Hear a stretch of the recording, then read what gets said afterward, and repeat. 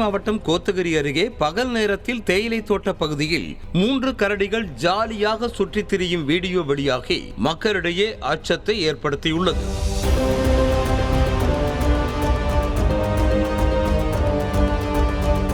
கன்னிகாதேவி காலனியில் உள்ள தேயிலை தோட்டம் மற்றும் குடியிருப்பு பகுதிகளில் 3 பெரிய கரடிகள் ஜாலியாக உலா வருகின்றன. இதனை கூண்டு வைத்து பிடிக்க வேண்டும் என வனத்துறையினருக்கு அப்பகுதி மக்கள் கோரிக்கை விடுத்துள்ளனர்.